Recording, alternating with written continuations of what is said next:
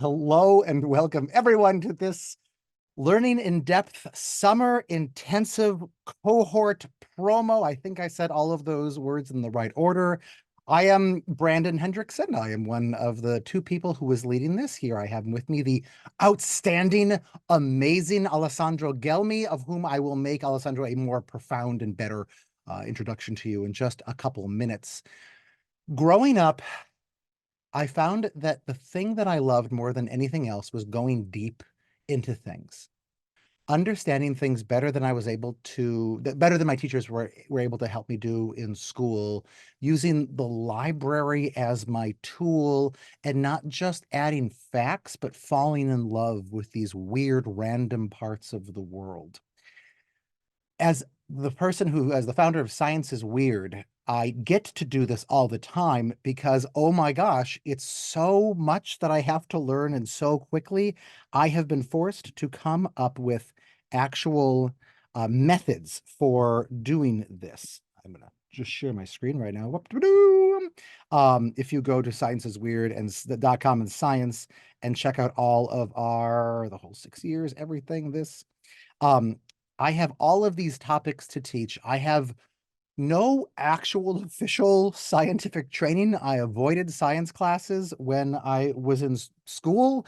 I do have an advisor that helps me get things right, for which I am incredibly grateful.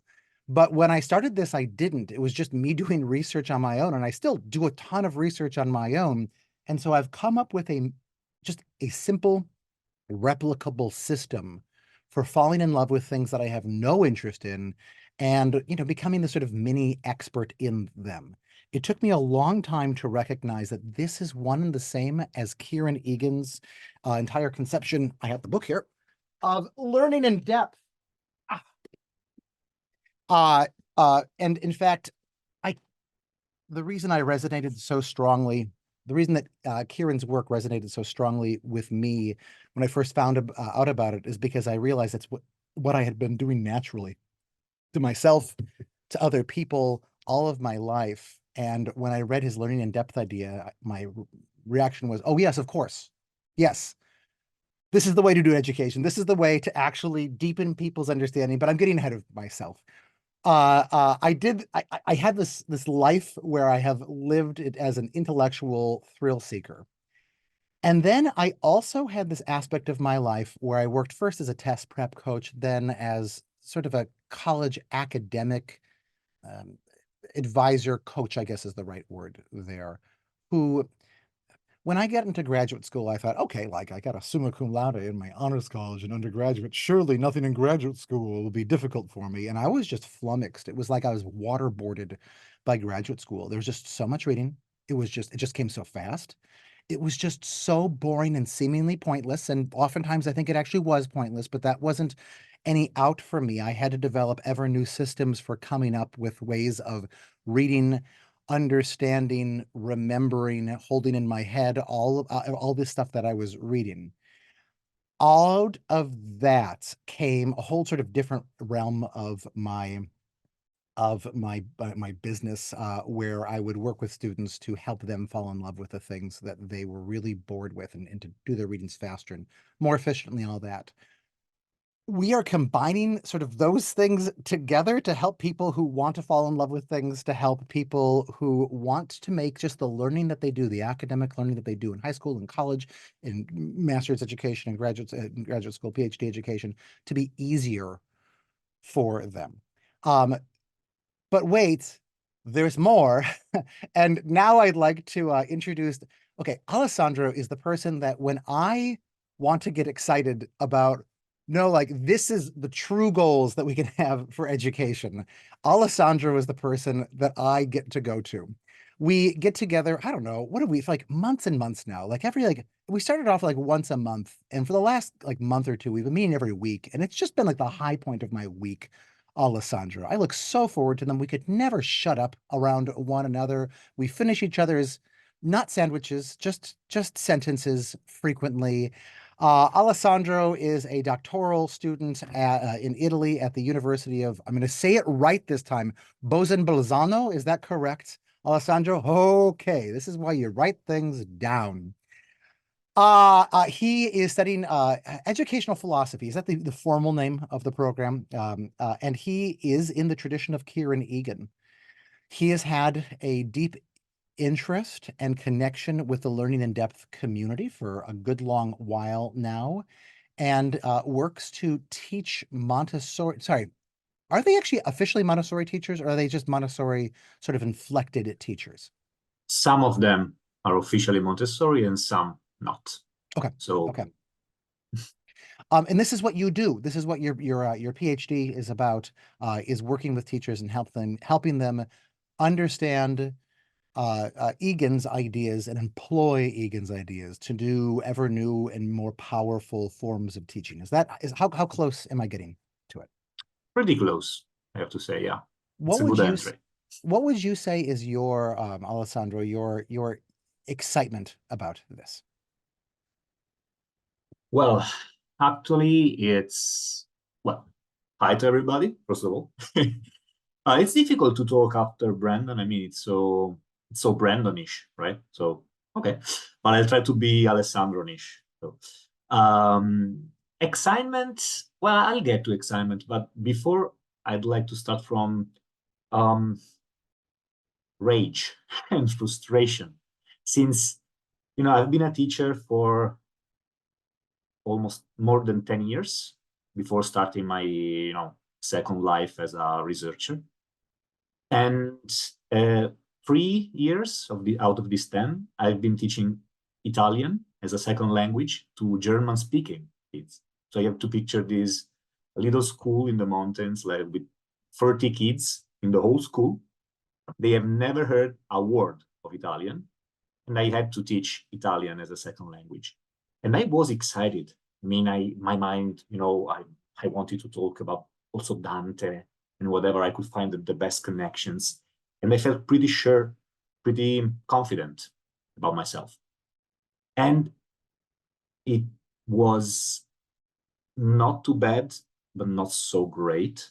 I mean, sometimes I felt like, okay, I'm nailing it. I mean, the kids were with them, with me, sorry. And sometimes, and too many times, it just didn't work. And it was so, to me, it was so excruciating. I mean, why doesn't it work? I know what I'm teaching. It's so inspiring. It's so amazing, and they don't get it. They don't connect with me and with the topic. Why? And so this became my intellectual obsession.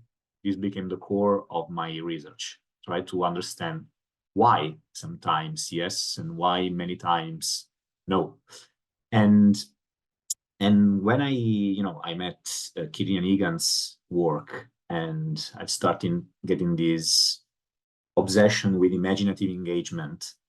Um, well, the answer was not so difficult to understand, but was very difficult at the beginning to accept.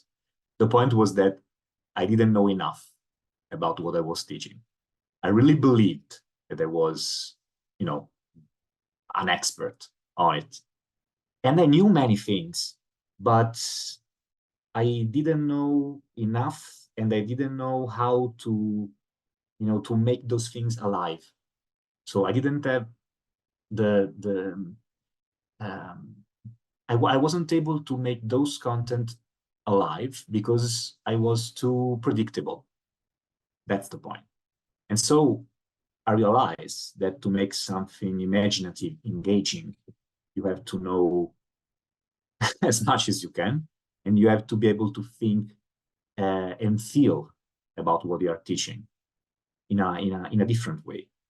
And now, doing my research with teachers from kindergarten to high school, with many of them, I have the privilege to have this ongoing dialogue with them and see what happens with this wide, diverse range of possibilities that Egan gave us to fall in love with something and to go in depth intellectually with that something. And the result of this research is actually what I'd like to share with you and with Brandon. Not only so to be more efficient and faster in acquiring information about anything in the world, which is essential, but also to, to find a personal and meaningful connection with this information about any kind of topic in the world, so that you can get the control, the confidence, and also the imaginative flexibility to make those things, that piece of the world, meaningful for everybody, for your kids. That's the point. So this is my reason for being here, I think. Thank you tremendously much for that. Alessandro's wife asked him a few, I think she was, did you tell me that she was angry with you? No, angry is too much. She was puzzled. She was, confused, let's say. We knew so little about one another, but we'd been getting together fairly frequently for like a half a year or something. And we just, we tried to do that thing where you tell each other something important about your life, but we just kept getting sucked up in our projects and our ideas. And so I didn't actually know a lot of that. That actually kind of connects together a bunch of small details that you've told me about teaching Italian before, like that you taught Italian. I don't think I actually knew that. You just had a lot of stories about teaching Italian, but it never occurred to me that you had been an Italian teacher before. Probably this is some sort of bespeaks some sort of terrifying brain tumor, conceivably going on in the middle of my thinking right here. So Egan Egan came to the idea of learning in depth fairly late in his career. I believe that he came up with it in the middle of writing the book, The Future of Education, which I think came out in 2011, 2010, something like that. If you've read the book review that I wrote of his educated mind, this is more than a full decade after that. Um, uh, Actually, I should say that I'm going to just sort of take it for granted that you have read the post or been part of the conversations that we've been having in the blog about learning in depth. If not, you can go to Lost Tools, that's .substack.com. Look for a post called Learning in Depth, and that will be it. Egan's idea for learning in depth, of course, was that a kid would study one topic over the course of more than a decade. And part of the essence of what was he understood would make it great was that really long-term span. That the kid would be a different person when they're learning about, the circus or something when they're in eighth grade than when they were in third grade. I was going to follow this up. Then the internet became big. And there just began to be so many wonderful resources online that it became an issue he had to answer when he was talking about the learning in depth idea. To wit, but wait, can't kids just go online and get all of this understanding?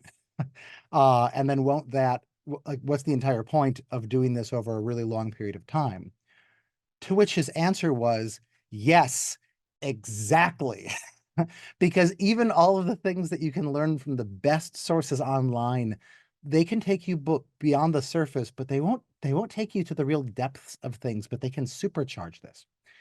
So he died 2 years ago, I think tomorrow, actually. We celebrated in our household.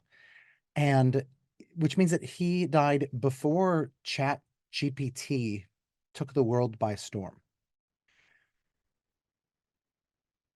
Large language model artificial intelligences, AIs, LLMs, we can call it all these things, they really do seem to change the game. As somebody who every week needs to sit down and suddenly figure out all of the nuances of gastropod evolution, I will tell you that I can do so much more as a result of this than I was ever able to before. The idea that Alessandro and I are working on is, can we take all of the current tools that we really use when we as human beings, as adults, when we do research, and what can happen if we marry those to Egan's tools of stories and of riddles and of metaphors and songs and vivid mental images and mysteries and wonder and et cetera, et cetera, et cetera, giant theories, different perspectives of looking at things. What can happen if we guide people through using those tools in a really concentrated and, dare I say, hilarious way, how much could we achieve even in a short amount of time, or help people achieve for themselves, in just 6 weeks of this? And so this is our idea for the Learning in Depth Summer Intensive. The idea of it is that it is an experiment. We think it will go well enough that we want to repeat it again in the future. But that's what we're here to talk about. Alessandro, you, I know, have been spending some time talking to people and brainstorming potential questions that people could ask. Go ahead and start pitching me questions. Yeah, I think we can start with the logistics, so the easy one. So get relaxed, and then I'll tell you, I ask you all the questions that I collected worldwide from lead teachers that have been doing lead and students as well. So, but let's start with just, okay, summer session, when exactly? It's like I thought that probably somebody would ask that one. This summer, 2024, if anybody's watching this in the indefinite future on recordings, but maybe we're still doing this. I hope so. July 15th through August 23rd, Mondays through Fridays from that. You're thinking right now, but wait, I have a family vacation that is scheduled during that time. That still might be fine, depending on how long it is or whatever.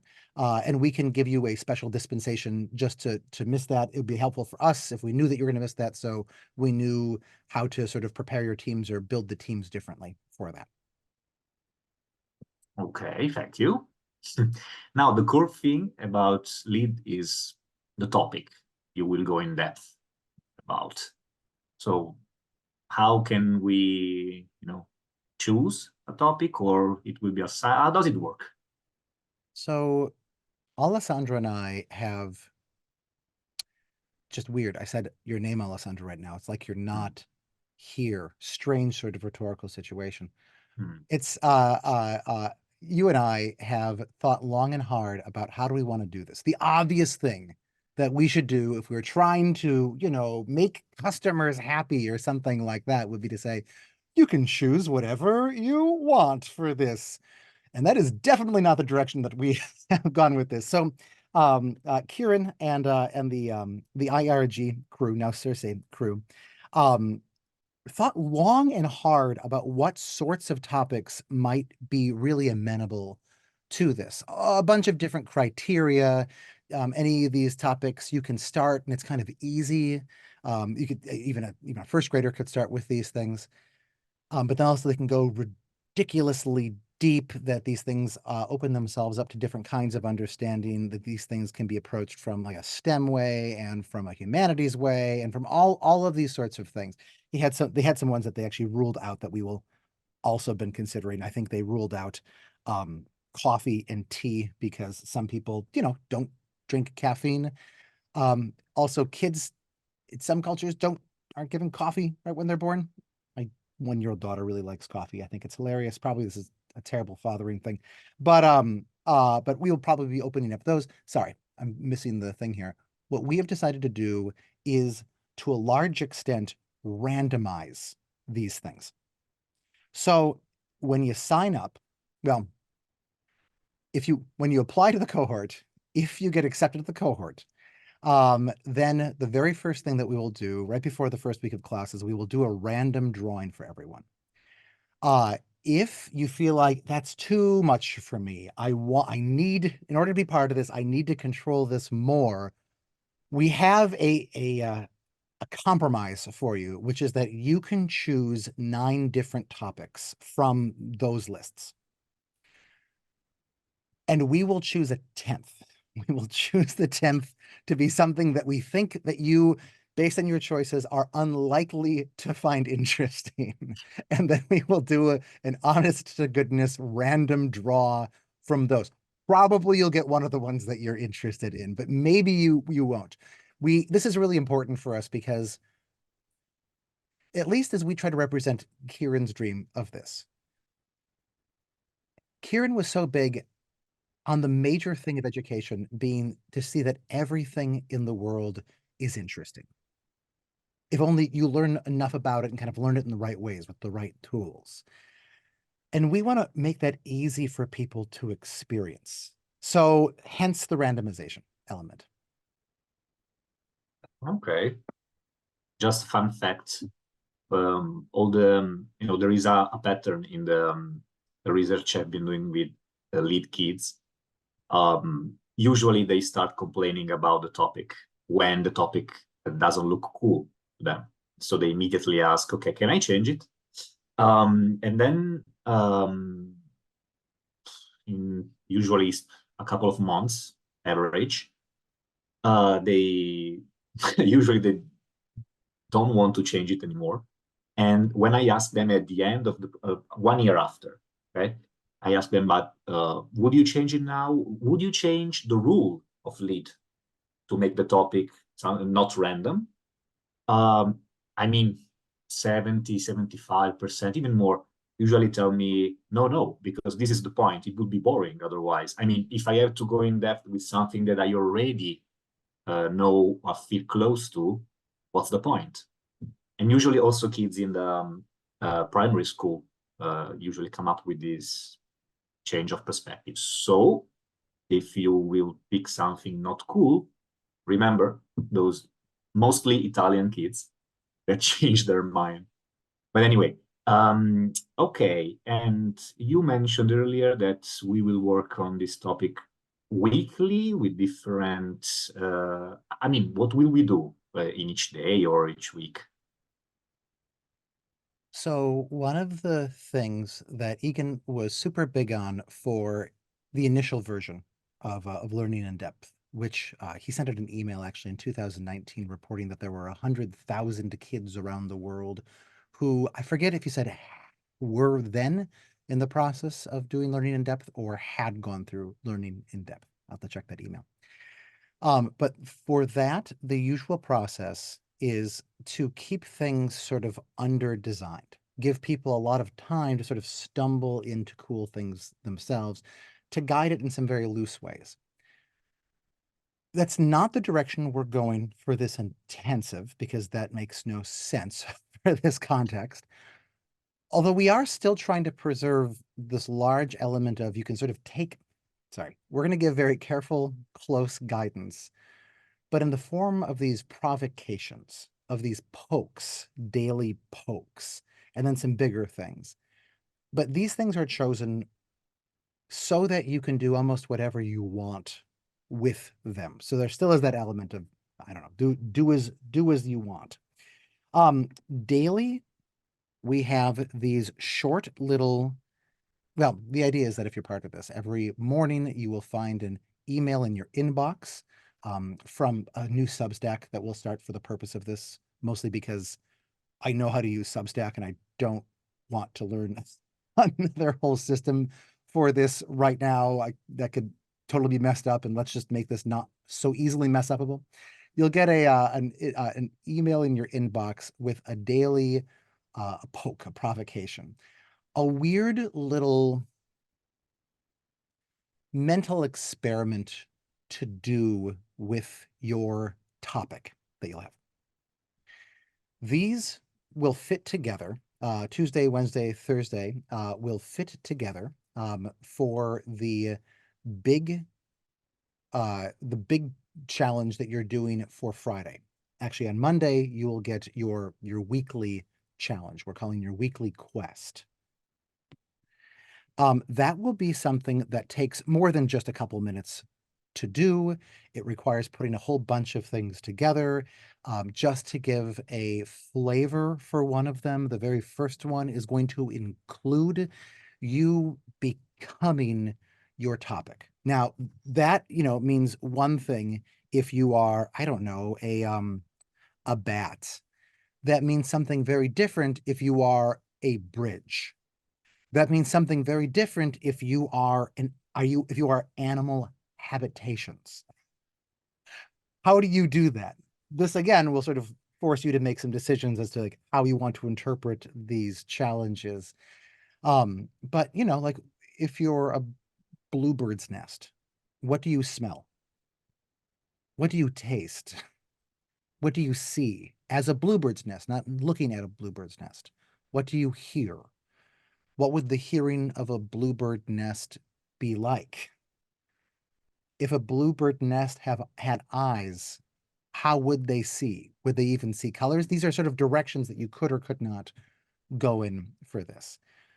So the major piece of it will be these sort of weekly quests that you'll get on Monday, and that all of the little pokes during the week will be these short little things that will help build, will help you sort of get in the headspace of doing this.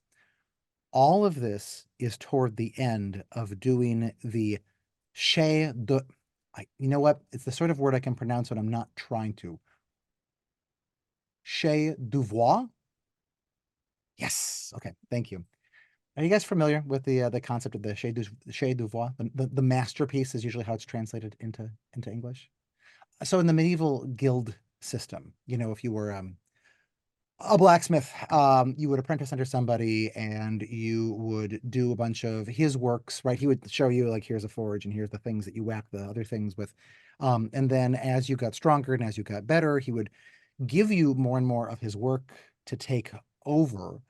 And then in order to actually graduate, you would have to make your chef d'oeuvre, your masterpiece, something that you did that is so you, that brings together your interests and brings together, and maybe I'm being very non-medieval about this. Maybe I'm seeing this through the perspective of a modern person, but that's appropriate because that's what we're going to do here.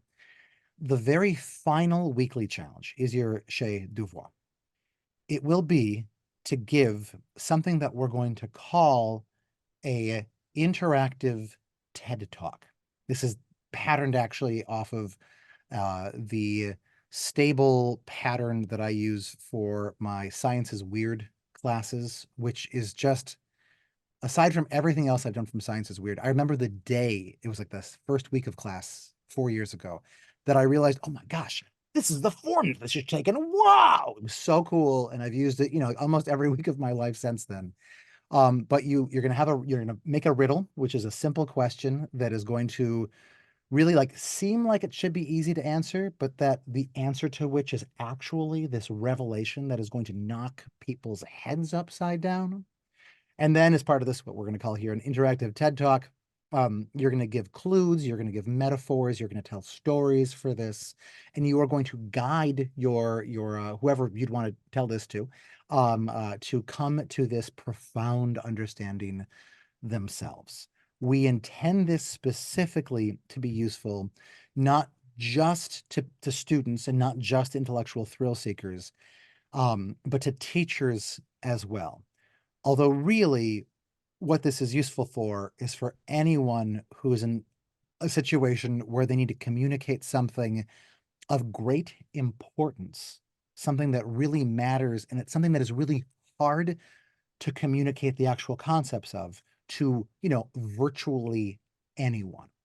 That is what the final work of all of this is supposed to achieve. Does that answer your question, Alessandro? I can't remember what your question was. So Yes, but great. it triggers another question. Do we have enough time to do this? I mean, also daily and weekly? How much time do we need?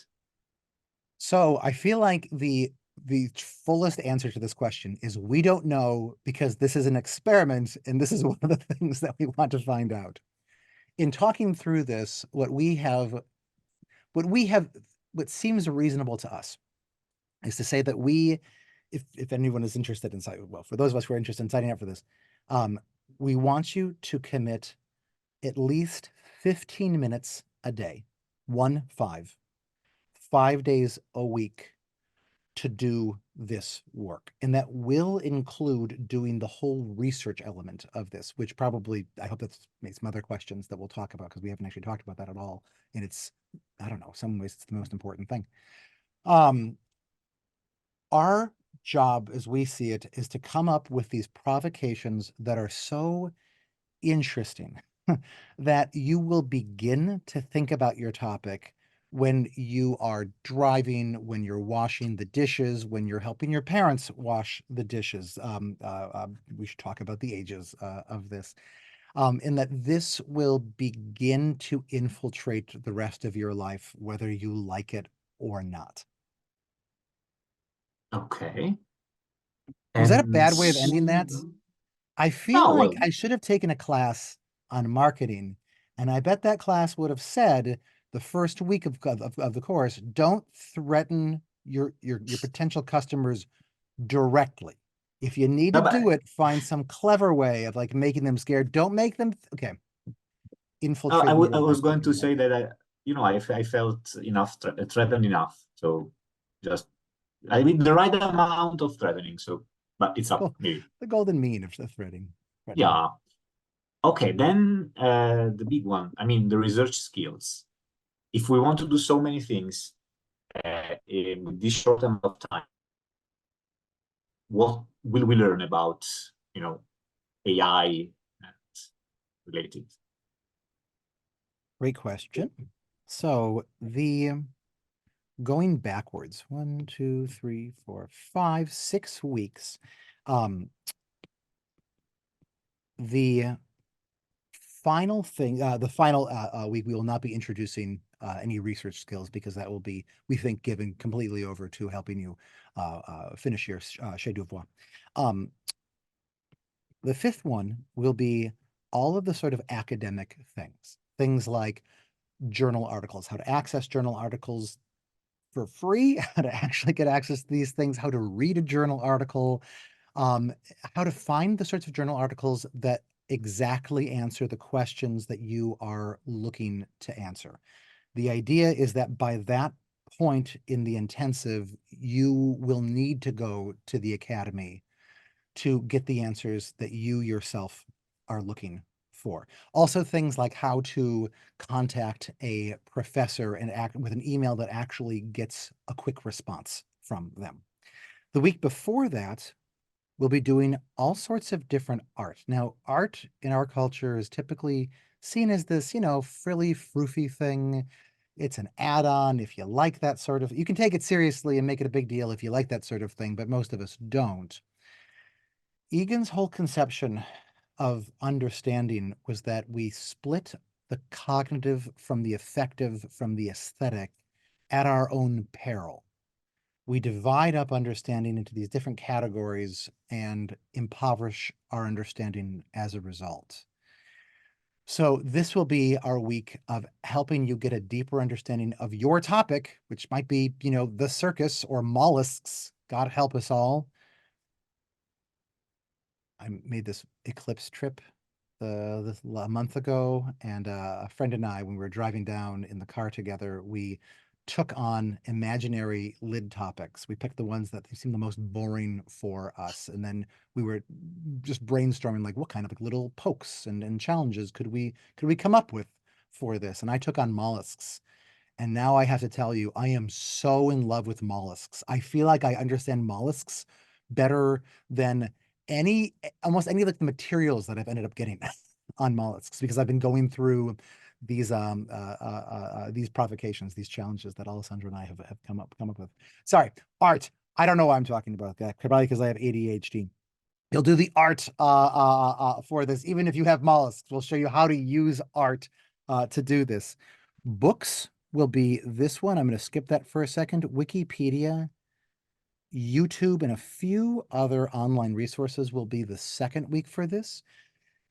There is such a wealth of information on those two platforms, particularly if only you know how to access them. And most people who believe them, of course, I know how to use YouTube.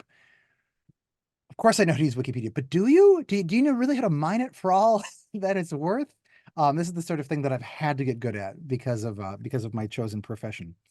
Um, uh, the books will be after that. So many books are garbage, but a good book, a really well conceived and executed book, will still give you a sort of depth of understanding that Wikipedia has not equaled, that YouTube has not equaled, and that AI definitely has not yet equaled. We'll show you with the books how to do a book tasting, how to use your local library and your interlibrary loan for all that they are worth, how to go through just jungles, cut through jungles of information and get real understanding from them very quick. All of this, how to fall in love with books that look really boring. But all of this will be done under the shadow of artificial intelligence. And we're going to use artificial intelligence in all of these subsequent things, which is why we are starting with it.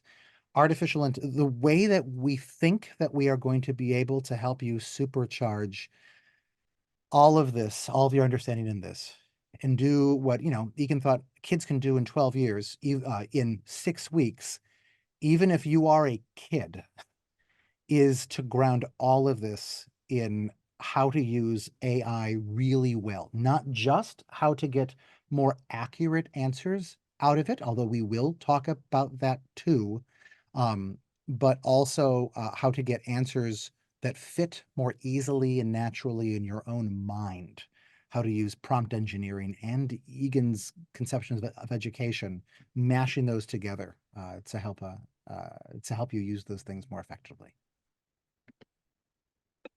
Okay, then I have still two very Italian questions.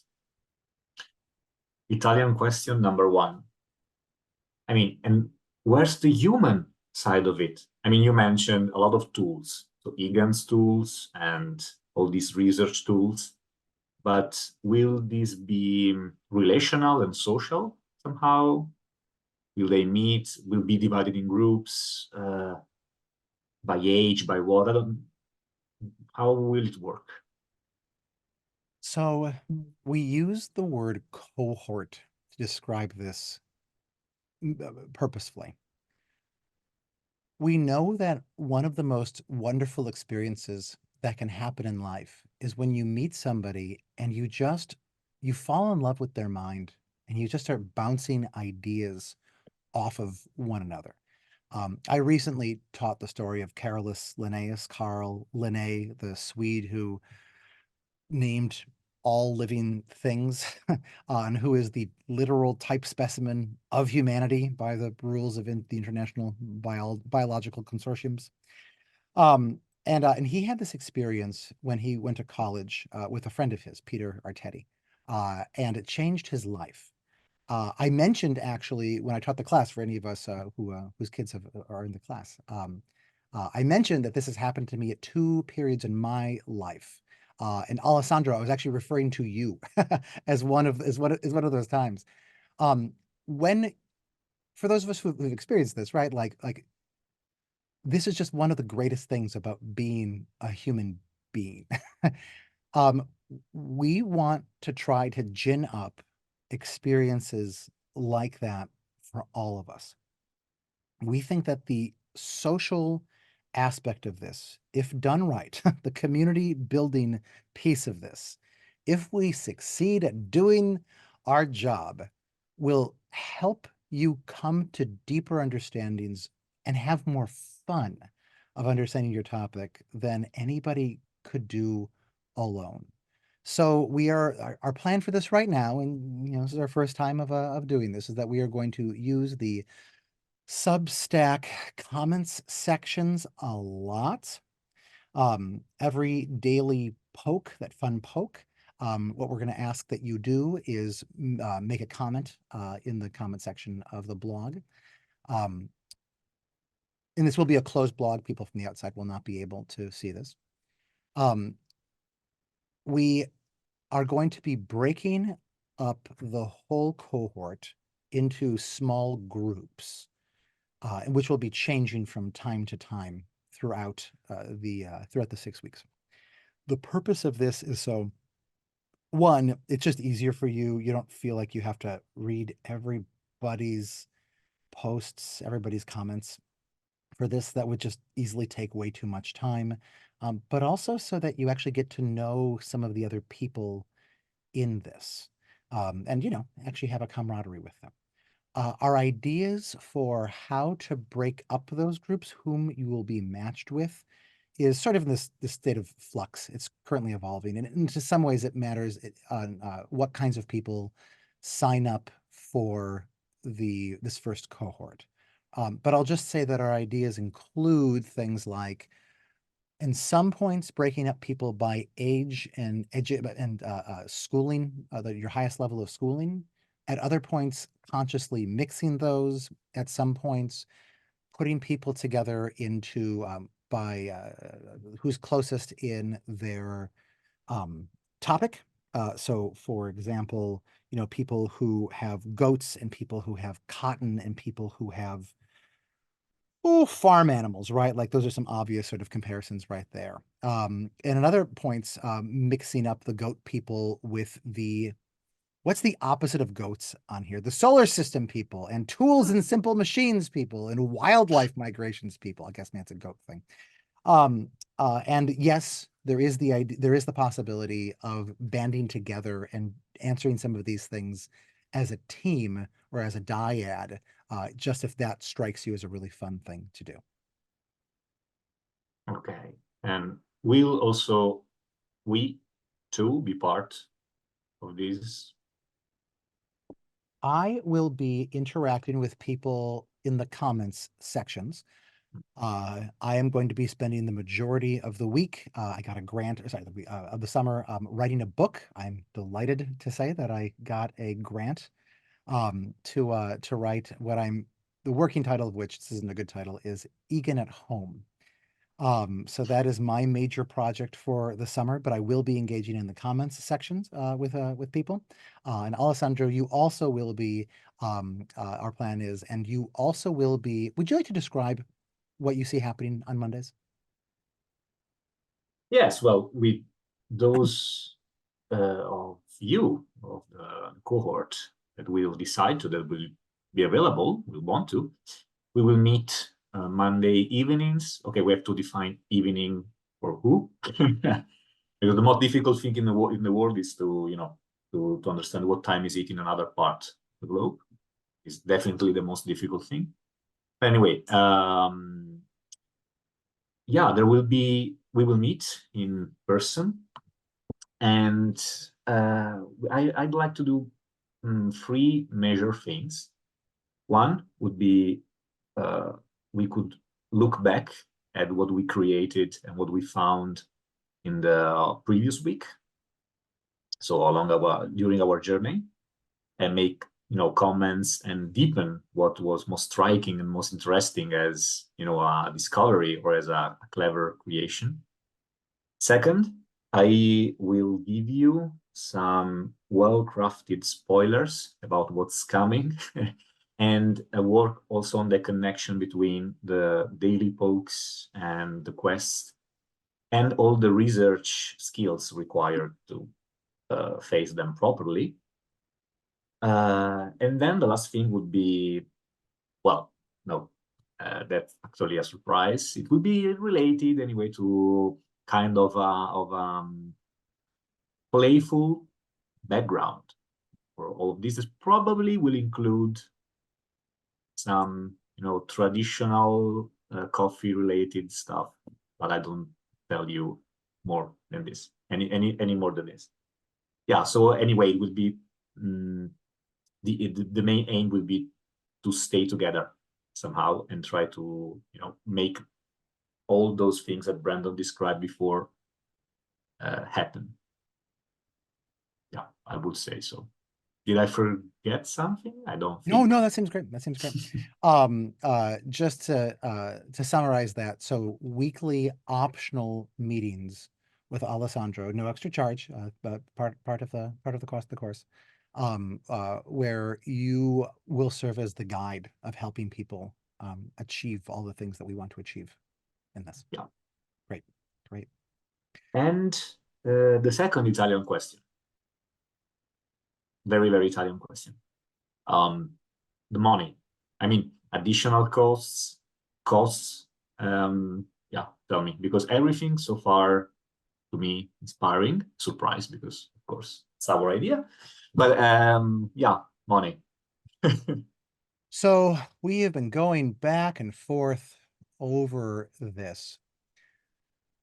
The way that we have been looking at this is that this is the equivalent of of like of a college course. That's what we sort of thinking. We're thinking of it in that category. I was talking to another friend of mine yesterday about all of this, and she was talking about how excited she is for this, and she likened it, in her understanding, to when she was in a graduate program for systems engineering. And she talks about how, there actually are some specific skills, some methods that she learned during that she does from time to time break out, and they're very useful. But that the major thing that she got from becoming, a systems engineer or getting a master's in systems engineering is just a new understanding for what it feels like to so deeply grok something, right? Grok is this wonderful word that was made up by Robert Heinlein in the 1960s, his book Stranger in a Strange Land, to understand something, not just its superficial details and not just its depth, not just its big ideas, but its connection to everything and its connection to you, where it comes from, where it is going.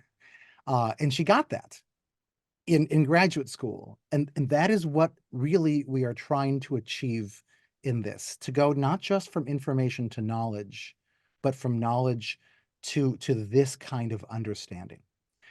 So, okay, how much does it cost to take a college class? Obviously, this changes so much depending on whether you go to a community college or to a private university, but a pretty common thing is to have a credit hour cost, between 200, sorry, wait, yeah, 200 and like $2,000. There's about an order of magnitude difference there. We're seeing this as something like a 2 or 3 credit course, right? It's sort of that much intense work. You're thinking, but it's only 15 minutes a day. Well, but that's what we are asking for you to set aside. But like, if we do our work right, it will take on the rest of your life for this. Also, it'd be super efficient stuff for this. So where we would like to price this in the future is at $500 or above for this. But this is our first time doing it. We want to be really careful that we are being honest about the fact that there will be mistakes that we make. There will be things that are inelegant. And so we've decided to only price it at $400 for this time of it. But we do want to raise it in the future. But then we thought, okay, the disaster to avoid for all of this is that the class doesn't have very many people in it. It is worth it to us to make sure that the class has at least 16 people in it. Based on breaking people into groups, it helps us to have multiples of 4 for this. So, okay, how can we make that easier? We thought for this initial one, the first people to apply to the cohort, the first 16 people to apply to the cohort, we will give them a special promo code that will knock down the price to $250, down from the 500, down from the 400. If you apply to the cohort, but for whatever reason you don't get into it, this is fine. You can use that discount we've decided for the next 18 months.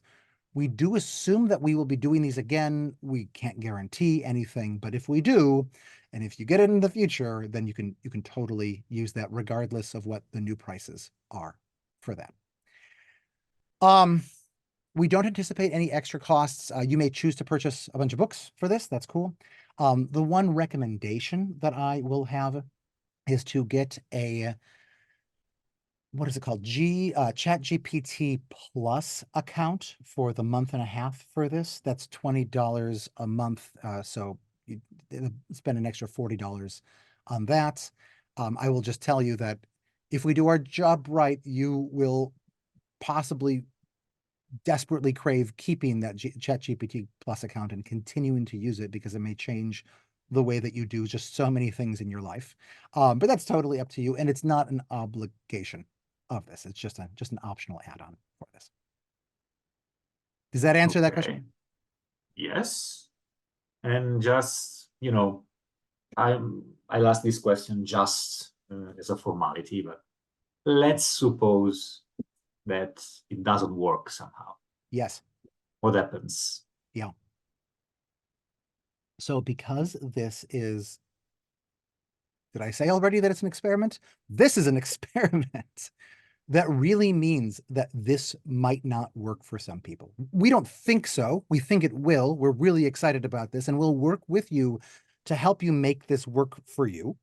But if it doesn't, we will give you your money back. We need to write out the exact sort of terms of this, but the notion that we've been kicking around is if you are doing 3/4 at least of the daily pokes, if you are doing all of the weekly challenges, the quests, then you can just ask for your money back, and we will give it to you, no questions asked. We may ask you questions then afterwards about like how did that go or how could we make that better or whatever, but like you'll just get your money back, no questions asked. We want to make sure that you feel safe in signing up for this, in that it is an experimental thing, that you're not actually taking a large monetary risk with it. Um, the wording that we've been kicking around also of like, what is the bar that we need to meet for this is that I think it's that we both need to have, by the end of this, have transformed, no, your understanding of some big piece of the world will be transformed. And you've fallen deeply in love with a topic, that we need to meet both of those things. And if you tell us that both of those conditions have not been met, then we just give you your money back at the end of the course. Yeah, I think that's all from my side. Great. I suppose I should say that we have not, we need to put this in writing. We need to put that sort of in writing. So there'll be some official wording from that. And also we need to decide when people can do that. That's just a little detail for us to work out from this. Okay, so then I guess we want to turn to questions from everybody else who is here. We have some questions for you, but feel free to ask any questions to us at this point, and we will try to answer them as honestly and openly as we can. But questions for you all, and feel free to raise your hand, and you can answer these things verbally, or you can answer these things in text. I guess just to start off though from everybody, like what, if anything, excites you about the things that we've been talking about here? And the reason particularly that we're asking this is because we feel like we have this idea and we're so excited about it and we don't know what other people are going to make of it. So we're very curious about that. Yaniv, go for it. So I'm very much a believer in, that everything, once you start looking into it, you end up falling in love with it. I have this experience. I've gone through it. So I guess my biggest concern here is, wait a minute, is this for me or is this for my daughter? And if it is for my daughter, is it a high risk thing? Because I really want her first interaction to be a successful one. And it seems like it might be more of a risk if it's this interaction versus like the science's weird stuff. Can you tell me what you're thinking about when you say a risk for it? That it will not click for her, that she will not like it. She will feel like, she's being asked to do stuff that is uncomfortable for her. Sure. Because it's too challenging, it leaves too much for her to do and not enough. They get spoon fed. So they're not used to having to take charge, I guess, or something like that. Especially if it's a topic she didn't pick. I'm concerned that she will see that as oppressive. Sure. Yeah. Yeah. So Yeah. so that's my first, the things that are coming to mind. So I would say that one piece of it is that if she worries that this will be oppressive for her, that would be a good sign that probably she shouldn't do it with it. I should say some things that Alessandro, we should actually write some questions in for this for the future. But let's directly answer the question of what ages is this for? When I do science is weird stuff, the feedback that we get a lot at the time is that this is as interesting and educational for the parents as it is for, their 8-year-old kids, even when the parents have a background in the sciences. Um, which is not exactly the same thing as we're doing here, because this is about tools rather than the content of it. That's to say that where my mind always lives is in this sort of overlap between people who are, 8 or 9 years old and my friends who have PhDs. Um, and I'm almost only interested in doing things that include both of those groups equally. So that is, again, not the same thing as saying that the questions or the provocations, the challenges themselves will be perfectly geared for everyone. That's not something we can promise for that. Um, but maybe gives you the fullest answer that I can for this right now, except I'll also say this. The way that we are doing the pricing for this is that this is, in some ways, you can think of this as per family.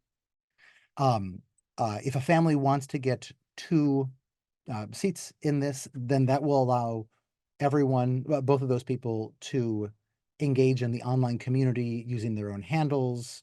And since so much of what we're doing really is social, well then, right, that's wonderful.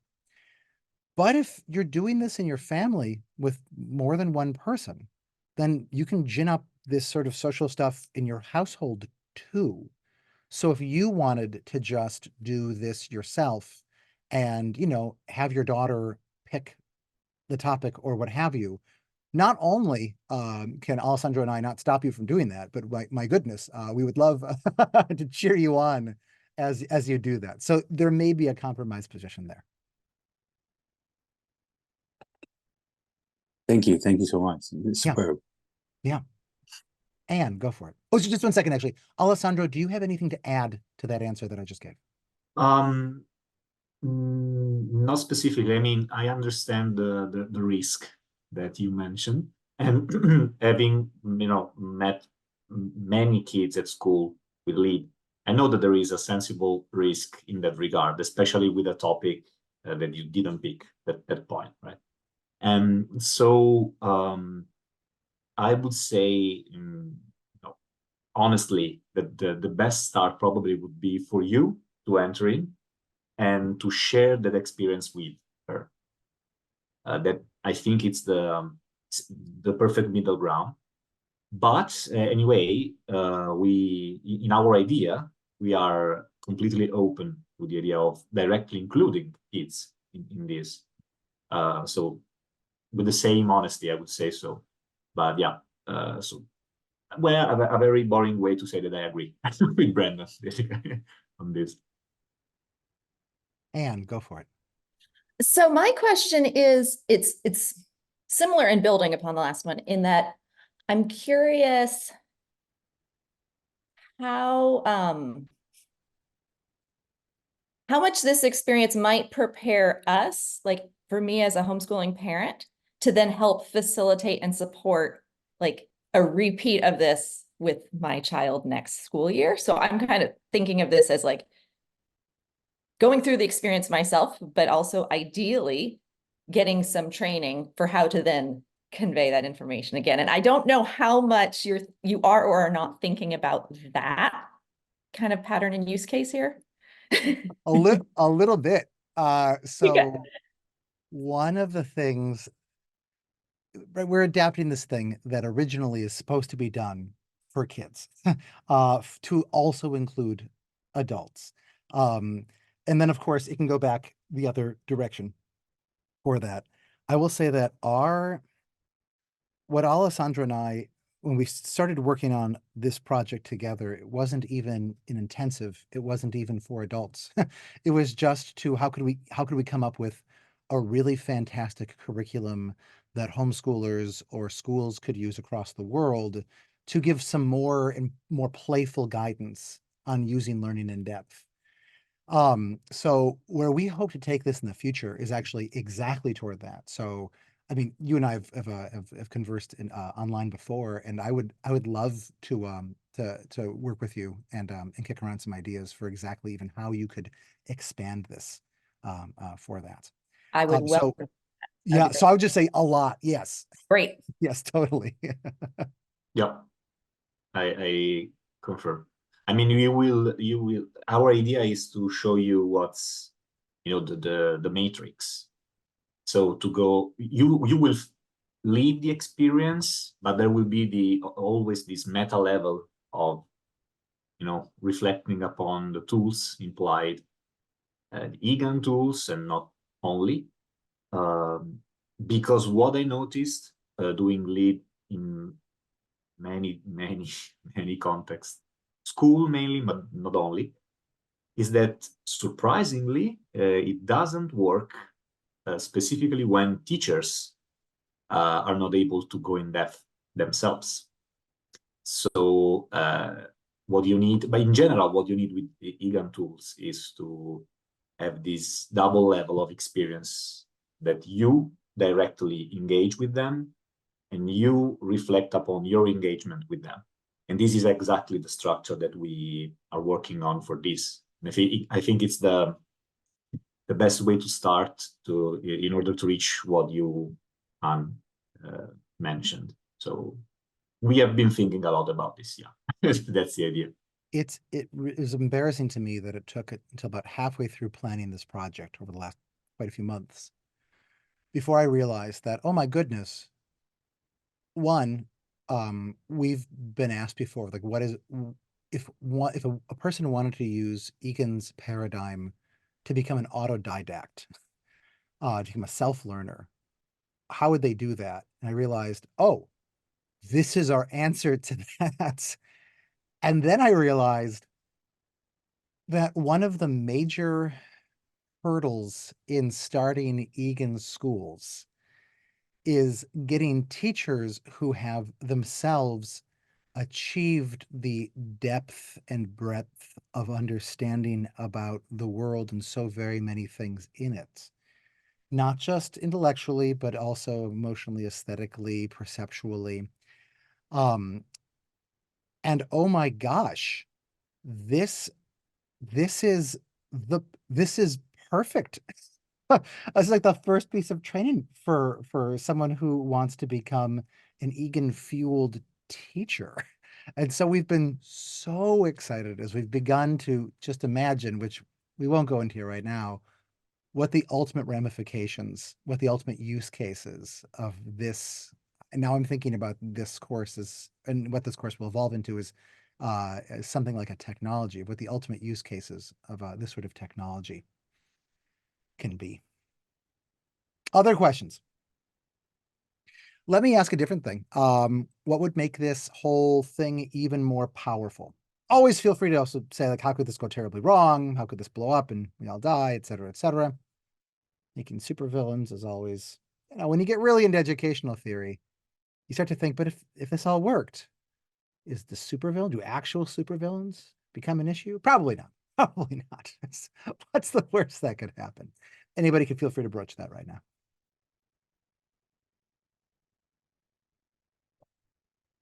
All right, then I'm going to count to 10, and then I think we are going to end this sucker. Thank you all very much for coming feel free to jump in and raise your Zoom hand, and that will be cool too. You have 4 seconds. Thank you very much for coming to this. This has been a delight. I've been looking forward to doing this. We will have, I don't know, in the next week, we will have the application form online. It will not be excruciating. We are basically trying to get as widespread a cohort as possible. age, schooling attainment, and interests are basically what we're going for there. But yeah, and you'll be getting an email about when that goes up. All right, everybody, thanks very much. Toodles. Bye. Thank you. Thank you so much. Thank you. Bye. Bye.